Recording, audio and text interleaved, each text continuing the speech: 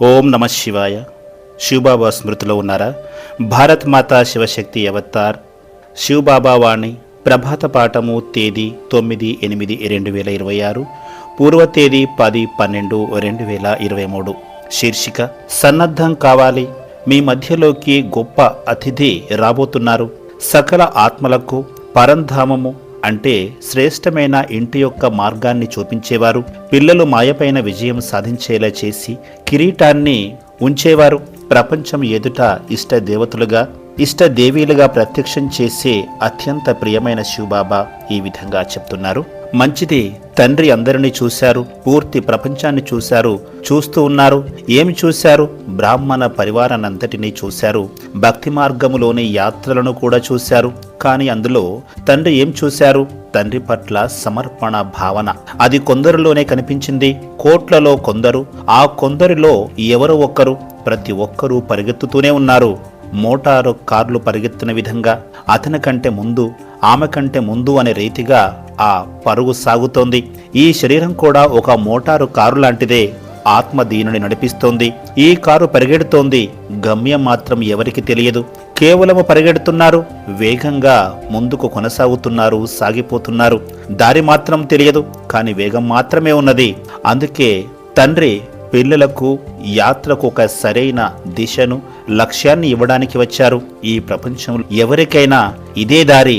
గమ్యం ఏ వైపు ఉంది, ఎక్కడికి వెళ్తున్నారో చెప్పకపోతే భ్రమించి దారి తప్పి తిరుగుతూనే ఉంటారు కదా. అందుకే తండ్రి అనేక ఆత్మలకు పరంధామమైన తమ ఇంటి దారిని చూపించడానికి వచ్చారు. ఇప్పుడు తిరిగి వెళ్ళవలసిన సమయం ఆసన్నమైంది. మీరు ఎంతకాలంగా పరిగెడుతున్నారో కానీ ఇప్పుడు గమ్యాన్ని చేరుకోబోతున్నారు. ఎవరెవరైతే తండ్రి చెప్పిన మాటలను విని తమ దిశను మార్చుకున్నారో వారు మాత్రమే గమ్యానికి సమీపంగా చేరుకున్నారు. కానీ ఎవరైతే తమ ఇష్టానుసారంగా నడుస్తూ ఉన్నారో వారు ఏమవుతారని బాబా చెప్తున్నారు? గమ్యం నుంచి దారి తప్పిపోతారు. అందుకే తండ్రి ఇంటి మార్గాన్ని చూపించడానికి వచ్చారు. ఎవరికైతే ఈ మార్గము తెలిసిందో వారి బాధ్యత ఏమిటి? ఇతరులకు తెలియచేయవలసిన బాధ్యత ఉంది. ఇంటి మార్గం ఏదో మీకు తెలుసా? సకల ఆత్మలకు తండ్రి ఎవరో మీకు తెలుసా? మరి మీరు ఏం చేయాలి? ఇతరులకు తెలియచేయాలి కదా. ఒకవేళ తెలియచేయకపోతే మీ చుట్టుపక్కల వారు మిమ్మల్ని నిందిస్తారు. ఏమని నిందిస్తారు? మీరు ఏ గమ్యం వైపు అయితే వెళ్తున్నారో మేము కూడా మిమ్మల్ని చూశాము, కానీ మీరు మాకు చెప్పనే లేదు అని అంటారు. మీరు ఎంత చేయగలరో అంత చేయండి, మిగతాది తండ్రి చూసుకుంటారు, వారే చేయిస్తారు. భక్తి మార్గంలో కూడా చెప్తారు కదా, అర్జునుడు యుద్ధం చేశాడు అని. కానీ ఆదేశం ఎవరిది? శ్రీకృష్ణుడిది. ఆయన ఇచ్చిన ఆదేశం పైన యుద్ధం చేశాడు. ఆలోచించండి, ఎవరైతే ఆదేశం ఇవ్వగలరో అలాంటి వారికి యుద్ధం చేయడం రాదా? ఇలా చేయండి, అలా చేయకండి అని శ్రీమతాన్ని ఇవ్వగల వారికి యుద్ధం చేయడం రాదా? వచ్చా రాదా? ఆయనకు కూడా యుద్ధం చేయడం వచ్చు అని ఎవరు భావిస్తున్నారు? మార్గదర్శకత్వం ఇవ్వగల వారికి యుద్ధం చేయడం కూడా వచ్చు. ఎందుకంటే వారే గనక యుద్ధం చేస్తే 1 సెకను కాలంలోనే అంతా సమాప్తమైపోతుంది. అది సుదీర్ఘ కాలం పాటు కొనసాగదు. మరి తండ్రి శ్రీమతాన్ని ఇస్తున్నారు కదా, వారు స్వర్గాన్ని తీసుకురాలేరా? పిల్లలు లేకుండా కార్యాన్ని నిర్వహించడం వారికి రాదా? సమస్తాన్ని అంతం చేయడం రాదా? వచ్చు. రాకపోవడమేమిటి? తండ్రి తప్పకుండా చేయగలుగుతారు. కానీ రాజధానిలో, ఆ స్వర్గంలో ఎవరిని కూర్చోబెడతారు? తండ్రి కేవలము పిల్లలను దానికి అర్హులుగా తీర్చిదిద్దుతున్నారు. మీ చేత ఏ వినాశనాన్ని చేయించవలసిన అవసరమే లేదు. అది దానంతట అదే జరుగుతుంది. అది తండ్రి కార్యము.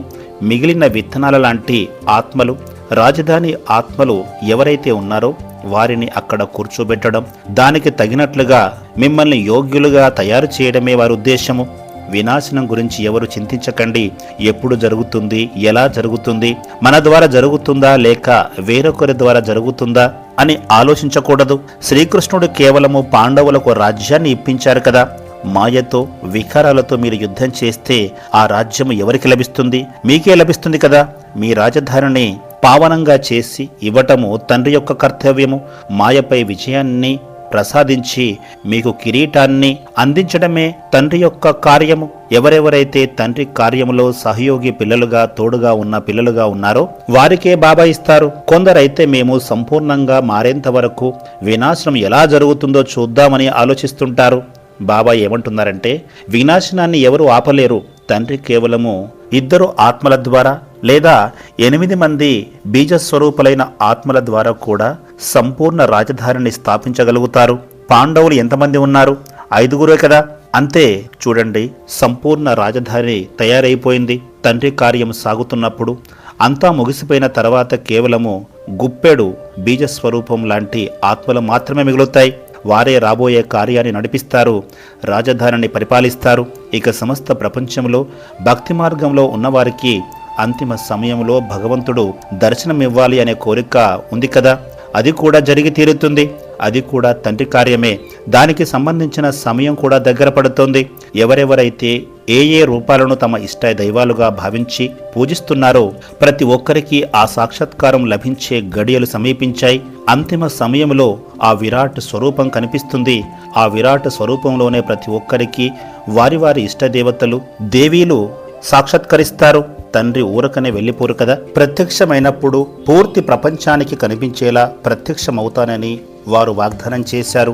ఈ సృష్టి మధ్యలో ఒక ప్రకాశవంతమైన స్తంభం వలె ఆ సాక్షాత్కారం జరుగుతుంది. అందరి దృష్టి ఒకే వైపు నిలిచిపోతుంది. ఆ దివ్యమైన వెలుగును చూసి పూర్తి ప్రపంచం పరిగెత్తుకుంటూ వస్తుంది. ఆ సమయం కూడా దగ్గర పడుతోంది. తండ్రి ఈ కార్యాన్ని ప్రారంభించారు. గుప్పడి మంది పిల్లలతో కలిసి ప్రారంభించారు. ఈ గుప్పడి మంది పిల్లలే రావణుడిపై విజయాన్ని సాధిస్తారు. లంక ఎంత పెద్దగానో ఉండేది, చాలా పెద్దగా ఉండేది కదా. మరి రాముని సేన ఎంత పెద్దగా ఉంది? చాలా చిన్నది. అందులోనూ వానరులను చూపించారు కదా. వానరులనే ఎందుకు చూపించారు? వారు ఎంతో చురుకైన వారు. వేగంగా పరిగెత్తుతారు, ఆగిపోరు, నిద్రపోతూ ఉండరు. ఎటు చూసినా సేవ కొరకే పరిగెత్తుతారు. రాముడు గుప్పెడు మంది వానరులతో కలిసి రావణుని లంకను దగ్ధం చేశాడు. విజయం లభించింది. చూడండి, ఇది ఎంతో అద్భుతమైన విషయం కదా. నాటకం ఎంతో అద్భుతంగా తయారైంది. పిల్లలందరూ దీనిని సాక్షిగా ఉండి చూస్తూ ఉండండి. తండ్రి చెప్పేదానిపై అయ్యో బాబా ఇలా ఎందుకు చెప్తున్నారు, బాబా అలా ఎందుకు మాట్లాడుతున్నారు, దీనివల్ల నష్టం జరుగుతుంది కదా, లోటు వస్తుంది కదా అని ఎవరూ ఆలోచించకండి. తండ్రి చెప్పారు, పిల్లలు చేశారు. లోటుపాట్లకు నష్టానికి బాధ్యత తండ్రిదే. మీరు చేస్తే దానికి గ్యారంటీ బాబానే తీసుకుంటారు. సరే, మొదటిసారిగా వచ్చిన పిల్లలకు బాబ్దాద యొక్క డబల్ ప్రియ స్మృతులు, వచ్చి చూస్తున్న వారికి కూడా తండ్రి హృదయపూర్వక ప్రియ స్మృతులు తెలియచేస్తున్నారు. అలాగే తరచూ కలుస్తున్న వారికి కూడా బాబ్దాద యొక్క ప్రియ స్మృతులు. కేవలము పదే పదే కలవడం మాత్రమే కాదు, తండ్రి చెప్పినది తప్పక చేయాలి. అంతేగాని ఇక్కడ విన్నాము, ఇంటికి వెళ్ళాము, ఆ తర్వాత మరిచిపోకూడదు, అలా తయారు కాకూడదు. బయట కూర్చొని వింటున్న పిల్లలకు బాబ్దాద యొక్క అనేక పదమాల ప్రియస్మృతులు మీ అడుగుల వేగాన్ని ఎంత వేగంగా మార్చుకోవాలంటే ఈ పూర్తి ప్రపంచమే మీ వెనక పరిగెత్తేంత సామర్థ్యాన్ని కలిగి ఉండాలి. మెల్లమెల్లగా నడిస్తే సమయము దాటిపోతుంది. పిల్లలు మెల్లగా నడిస్తే సమయం కూడా మెల్లగా నడుస్తుందా? పిల్లలు నెమ్మదిగా వెళ్తే కాలం నెమ్మదిగా వెళ్తుందా? వెళ్ళదు కదా. సమయంతో పాటే పరిగెత్తాలంటే మీ వేగాన్ని పెంచండి. చూడండి, పూర్తి విశ్వాన్ని మార్చే శక్తి మీ పిల్లల్లో ఉంది. మీరు ప్రపంచాన్నంతటినీ మార్చగలరు, విశ్వ కళ్యాణం చేయగలరు. మీరు బలహీనులు కారు. తండ్రి బలహీనులను ఎంచుకుంటారా ఏమిటి? ఒకవేళ బలహీనంగా ఉన్నా తండ్రి శక్తిని, ధైర్యాన్ని, బలాన్ని ఇస్తారు. కాబట్టి తండ్రి పిల్లలకు చెప్పేది ఒకటే, పిల్లలు సేవా వేగాన్ని, పురుషార్థం యొక్క వేగాన్ని పెంచండి. ఏది ఏమైనా సరే మనసు యొక్క స్థితి చలించకూడదు. ఏదైనా సరే అంటే ఏది జరిగినా కూడా సరే. ఎవరి శరీరమైనా విడిపోని, ఎవరైనా మిమ్మల్ని వదిలి వెళ్ళిపోని, ఎవరైనా ఎంతటి నిందలు వేసినా, ఎవరైనా ఏమైనా చేయని, కానీ మనసు యొక్క స్థితి మాత్రము చలించకుండా స్థిరంగా దృఢంగా ఉండాలి. ఎందుకంటే మన మనసు యొక్క స్థితి కనుక పాడైతే తండ్రికి దూరమైపోతాము కదా. తండ్రికి దూరం అవ్వడం అంటే ఎవరికి నష్టము? పిల్లలకే నష్టం కదా. ఇందులో తండ్రికి ఏమైనా నష్టం ఉందా? లేదు కదా. తండ్రికి పిల్లలకు నష్టం జరగడం అసలు ఇష్టం లేదు. పిల్లలకు ప్రయోజనం చేకూరాలనే తండ్రి కోరుకుంటున్నారు. ప్రతి ఒక్క పిల్లవాడి పట్ల తండ్రికి శుభ ఆశ, శుభ కోరిక, శుభ భావన ఉన్నది. ఎవరినో చూసి మనం కిందకు పడిపోతే ఏమైనట్లు? మనమే కింద పడినట్లు కదా. ఎవరినో చూసి మనం ఎందుకు దిగజారాలి? తండ్రిని చూసి పైకి ఎదగాలి. ఏ దేహదారుని చూసి దిగజారిపోకూడదు. తండ్రి ఉన్నారు కదా, మీరు తండ్రి వైపు చూడండి. తండ్రి ప్రతి ఒక్క పిల్లవాడిని ఎలా పైకి ఎగరవేస్తున్నారో, ఎలా లేపుతున్నారో. ప్రతి ఆత్మకు తమ తమ కర్మల లెక్కపత్రాలు ఉంటాయి. అందుకే వారి వైపు చూడకండి, తండ్రిని మాత్రమే చూడండి. తండ్రి కర్తవ్యాలను చూడండి. తండ్రి ప్రతి ఒక్క ఆత్మ పట్ల చూపించిన ప్రేమను చూస్తే మీకు శక్తి లభిస్తుంది. ఆ తర్వాత మీరు పరిగెత్తుతారు. మంచిది పిల్లలు, మీ సంకల్పం కూడా పూర్తయింది కదా. అయిందా? చాలా మంచి విషయము. ఎవరి సంకల్పం ఎంత తీవ్రంగా ఉంటుందో తండ్రి ఆ పిల్లల తీవ్ర సంకల్పాన్ని నెరవేరుస్తారు. కేవలము ఓటమిని ఒప్పుకోకూడదు. ఓడిపోతే తండ్రి కూడా ఏమంటారు?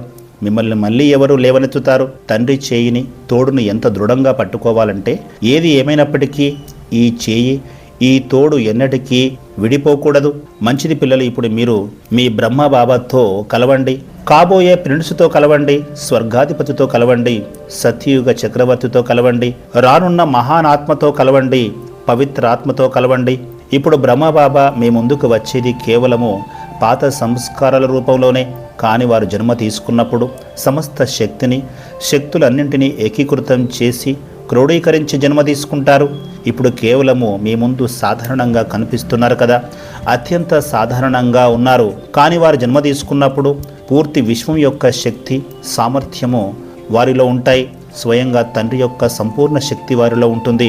అప్పుడే వారు కృష్ణుడిగా మారి మీ సన్ముఖంలోకి వస్తారు.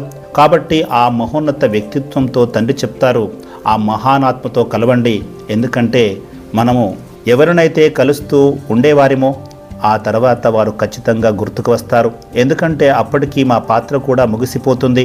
మేము కూడా పిల్లలకు రాజ్యభాగ్యాన్ని ఇచ్చి పరంధామ యాత్రకు వెళ్ళిపోతాము. ఒక సెకను కాలము కూడా ఆలోచించని, ఒక క్షణకాలం కూడా వెనకడుగు వేయని బ్రహ్మబాబా ఈరోజు మీరు కూర్చొని ఉన్నారంటే అది బ్రహ్మబాబా యొక్క సంతానమైన ముఖవంశావళి కాబట్టే. పూర్తి ప్రపంచంలో ఎవరి మహిమ అయితే ఉందో వారే బ్రహ్మబాబా. బ్రహ్మబాబా యొక్క త్యాగము, సమర్పణ, ప్రేమ ఏది ఏమైనప్పటికీ చూడండి, ఎన్ని నిందలు భరించారు. భరించనివి ఏమున్నాయి? అన్నీ భరించారు కదా. సాకారంలో ఎన్నో నిందలు భరించారు. ఎన్ని వినాల్సి వచ్చిందో అన్ని విన్నారు. ఇప్పటికీ వినాల్సి రావడం లేదని కాదు, అయినప్పటికీ దాని ప్రభావం వారిపైన లేదు. ఏమీ పర్వాలేదు, ఇది బ్రహ్మబాబా యొక్క స్థితి. కాబట్టి తండ్రి చెప్తున్నారు, ఇప్పుడు ఎవరైతే వస్తున్నారో, ఎవరినైతే చూస్తున్నారో, కలుస్తున్నారో వారు అత్యంత సాధారణంగా కలుస్తున్నారు, చూస్తున్నారు.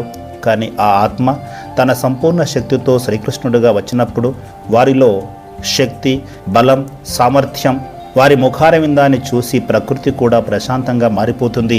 ఈరోజు ప్రపంచమంతా శ్రీకృష్ణుని గుర్తు చేసుకుంటున్నారు కదా, ప్రేమిస్తున్నారు కదా, ఎంతో ప్రేమిస్తున్నారు, ఆహ్వానిస్తున్నారు కూడా. విచ్చేయండి అని పిలుస్తున్నారు. భక్తి మార్గంలో కానీ, జ్ఞాన మార్గంలో కానీ ఎక్కడైనా సరే మెజారిటీ ప్రజలందరూ వారినే ఆహ్వానిస్తున్నారు, వారినే స్మృతి చేస్తున్నారు. ఎవరినైతే తలుచుకుంటున్నారో, ఎవరినైతే పిలుస్తున్నారో వారు రాకుండా ఎలా ఉంటారు? తప్పకుండా వస్తారు. ఎందుకు రారు? వస్తారు కదా. ద్వాపర యుగం నుంచి ఓ భగవంతుడా విచ్చేయండి అని పిలిచారు, భగవంతుడు విచ్చేశారు. ఇప్పుడు భక్తి మార్గము, జ్ఞాన మార్గంలో ఉన్న పిల్లలందరూ ఎవరిని ఆహ్వానిస్తున్నారు? ఎవరిని అంటే విశ్వ మహారాజైన శ్రీకృష్ణుని ఆహ్వానిస్తున్నప్పుడు వారు రాకుండా ఉంటారా? విషయం ఏమిటంటే ఇది సృష్టి నియమము. మీరు 1000 మంది పిల్లలు కూర్చొని 1 సంవత్సరం పాటు వరదలు రావాలి అని సంకల్పం చేయండి, రాకపోతే అప్పుడు అడగండి. లేదా భూకంపం రావాలి అని సంకల్పం చేయండి, రాకపోతే అప్పుడు చెప్పండి. ఏ ఆత్మ కొరకైతే ఇంతకాలంగా సంకల్పాలు సాగుతున్నాయో, పిలుస్తున్నారో ఆ ఆత్మ రాకుండా ఉంటుందా? తప్పకుండా వస్తుంది కూడా. కేవలము పరిశుభ్రత జరుగుతోంది, ఊడ్చడం జరుగుతోంది అంతే. ప్రకృతి వికృతంగా మారిపోతుందని కాదు, అది వారికి గౌరవాన్ని ఇస్తుంది. పరిశుభ్రత అంటే మీ ఇంటికి ఎవరైనా అతిపెద్ద అతిథి రాబోతున్నప్పుడు మీరు ఏం చేస్తారు? మీ ఇంటిని శుభ్రం చేస్తారా? అలంకరిస్తారా? మంచిగా కష్టపడతారా? ఎందుకు కష్టపడతారు? ఎందుకంటే తండ్రి రాబోతున్నారు కాబట్టి కష్టపడతారు. మీ ఇల్లు దుమ్ముధూళితో నిండినప్పటికీ శుభ్రం చేసి బాగా స్వచ్ఛంగా చేశారు. ఎందుకు? తండ్రి రాబోతున్నారు కాబట్టి. అంతే కదా. అలా మీరు ఇల్లంతా శుభ్రం చేసిన తర్వాత స్వాగతం పలకడానికి మీరు కూడా స్నానం చేసి మిమ్మల్ని మీరు శుభ్రం చేసుకొని స్వాగతించడానికి సిద్ధంగా నిలబడ్డారు. అంతే కదా. అలాగే ప్రకృతి కూడా శుభ్రం చేసి ఊడ్చి ఆ తర్వాత ఇక అతిథి రాబోతున్నారు అని గ్రహించగానే తాను కూడా స్వచ్ఛంగా మారి ఎంతో ప్రశాంతంగా మారిపోతుంది. దేనికోసము? స్వాగతించడం కోసము. శ్రీకృష్ణుడు వస్తున్నారు, వారికి స్వాగతం పలకడానికి సిద్ధంగా నిలబడుతుంది. వస్తున్నారు కదా, వస్తున్నారు.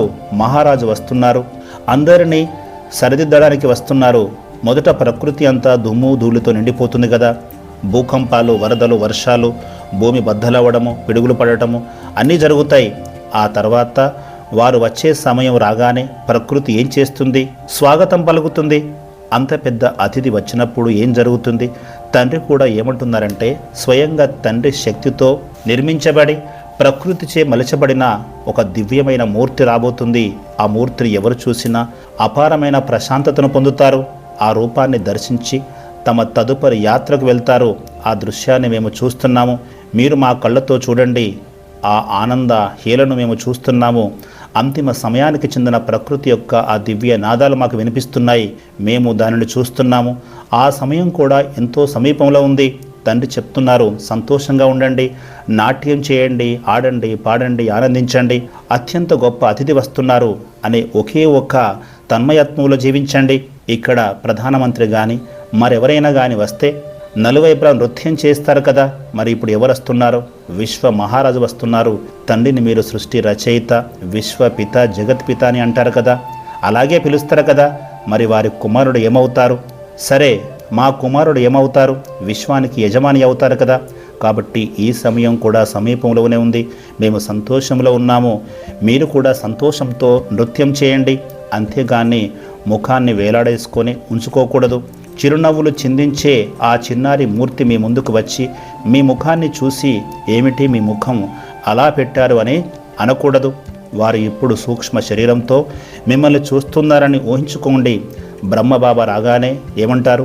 సంతోషంగా ఉన్నారని అడుగుతారు. వారు రాగానే సంపూర్ణ ఆనందం యొక్క అలలు వ్యాపిస్తాయి. దుఃఖం ఉన్నా సరే సంతోషంతో నాట్యం చేయడం ప్రారంభిస్తారు. ఎందుకంటే అది వారి యొక్క సంస్కారము. ఆలోచించండి, ఇక్కడే సంతోషంతో నృత్యం చేస్తున్నప్పుడు ఇక స్వర్గంలో ఎలా ఉంటుంది? కాబట్టి పిల్లలు, మీరు ఆ సంస్కారాన్ని ఇక్కడే అలవర్చుకోవాలి. అక్కడికి వెళ్ళాక అలవర్చుకునేది కాదు, ఇక్కడే సంతోషంగా ఉండాలి. ఇక్కడి నుంచే ఆనందంతో నాట్యం చేస్తూ వెళ్ళాలి. పదండి పిల్లలు, ఎల్లప్పుడూ సంతోషంగా ఉండాలి. నాట్యం చేయండి, పాడండి. ఇప్పటి వరకు ఎంతో తపస్సు చేశారు కదా, ఆ తపస్సు యొక్క ఆనందము హృదయమంతా ఆనందము కలగాలి. వారు వస్తున్నారు అనే ఆలోచనే ఉండాలి. హృదయము ఆనందంతో పులకరించిపోవాలి. సంతోషంతో నాట్యం చేయాలి.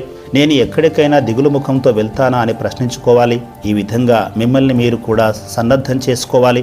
ఒకవేళ అలా వెళ్ళినా వారు మీ ముఖం చూడగానే గట్టిగా నవ్వుతారు. ఎందుకంటే వారి స్వభావమే అలాంటిది. మంచిది పిల్లలు. అలాంటి అదృష్టవంతులైన చక్రవర్తి పిల్లలకు బాబ్దాద యొక్క ప్రియ స్మృతులు. నమస్తే, మళ్ళీ కలుద్దాం.